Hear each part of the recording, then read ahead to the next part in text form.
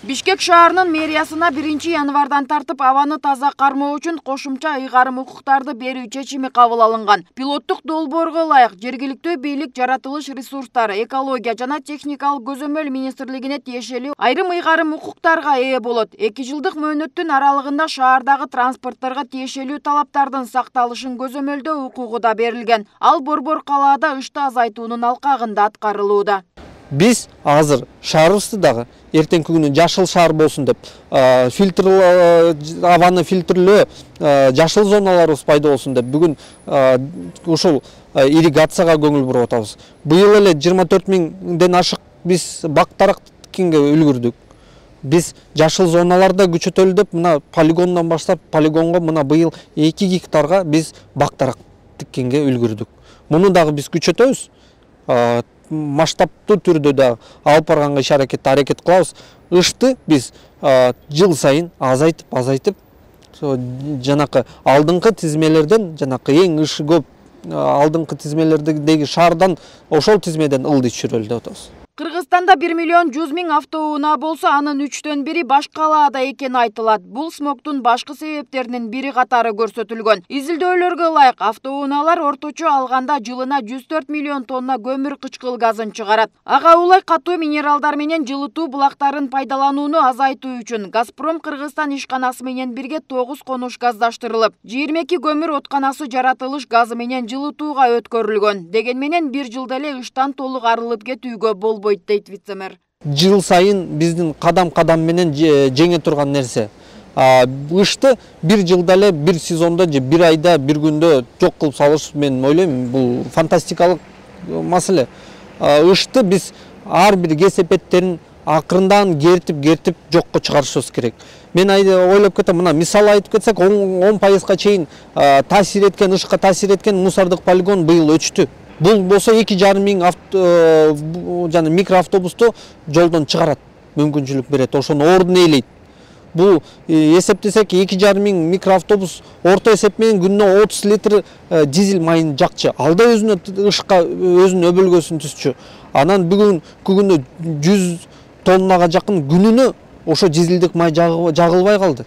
Ал эми жыл сайын кыш жакындаганда эле алдыңкы көйгөйлөргө айланып, күн жылышы менен унутта калган ыш маселесин экологдор жергиликтүү бийликтин кайдыгерлиги деп эсептейт. Ага улай канчалаган каражаттар бөлүнүп, бирок анын жыйынтыгы жок экендигин, экологиялык саясат туура эмес жүргүзүлүп жатканы менен байланыштырууда. Ага тийиштүү министрликте жана Бишкек мэриясында эколог адистер эмес, тааныш билиш аркылуу келген акчалуулардын айынан смог маселесинде жарытылуу иш жүрбөй жатат дейт.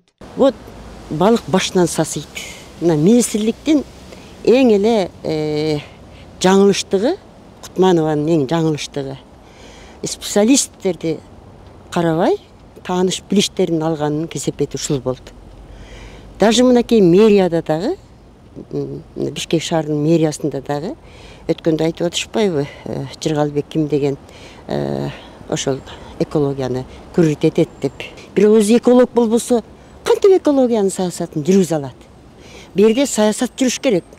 Экологияны кантип жакшыртабыз деген саясат биринчи орунда туруш керек. Кайран президенттин мээнети талаага кетип атат. Бул жаатта жергиликтүү тургундар тарабынан да ыш көйгөйүнөн арылуу максатында жергиликтүү бийликтин алгылыктуу аракетин байкагандар аз. Мына автобустар дап келди. Мунун деле таасири байкалбаган сет. Мүмкүнчүлүгүңөр болсо деп жанагы немелер коюп атат го, жана самокаттарды. Ушул сыяктуу болуп атса мүмкүнчүлүк бар, каерде болсо тепсин. Мына ушундай болгондо сонун болот. Анан тротуарларды да жасаш керек аны үчүн. Же жолдун чекесине чийиндерди чийиш керек. Ал эми ЮНИСЕФтин быйыл чыккан баяндамасында 2019 жылы Европа жана Борбор Азияда абанын булганышынан улам 5800 бала чарчап калган айтылат. Алардын 80% 1 жашка чыга элек наристелер экени жазылган. Деген менен акыркы жылдары дүйнөдөгү эң абасы кир шаарлардын сап башында келаткан Бишкекте ыштын адамдын ден соолугуна тийгизген зыяны тууралуу так изилдөө жүрө элек. Саламаттык сактоо министрлиги азыркы балдар арасында жүрүп жаткан курч вирустук инфекциялардын көбөйүүсүн абанын булганышы эле эмес, башка себептер да болушу мүмкүн дейт. Өзү ошол ышка связь кылган оорулар көп. Аллергический болобу жана бронхоль легочный болобу, алар бар, өскөн бар. Биз анализ кылып чыктык, бирок ошол именно ыштан болду деп бүгүнкү күндө айта албайбыз. Бул мисалы үчүн 100 бронхолегочный болсо анын 50сі ыштан болду, 50сі мындай болду айткан кыйын. Аны связь кылыш үчүн биз бүгүнкү күндө ошондой бир анализ жазып атабыз. Ыштан арылуу аракетинин алкагында Дүйнөлүк банктан 50 миллион долларлык долбоору макулдашылган. Ал Бишкек полигонундагы өрттү толугу менен локализациялоо жана анын аймагын рекультивациялоодо шаардагы ышты азайта турганы белгиленген. Эң соңку рейтингке Бишкек абасы ден соолукка кооптуу деп саналган шаарлардын тизмесинде 11-сапка илинген. Нурзат Көчүмкулова, Майрамбек Абдубилал уулу, Регион, Бишкек.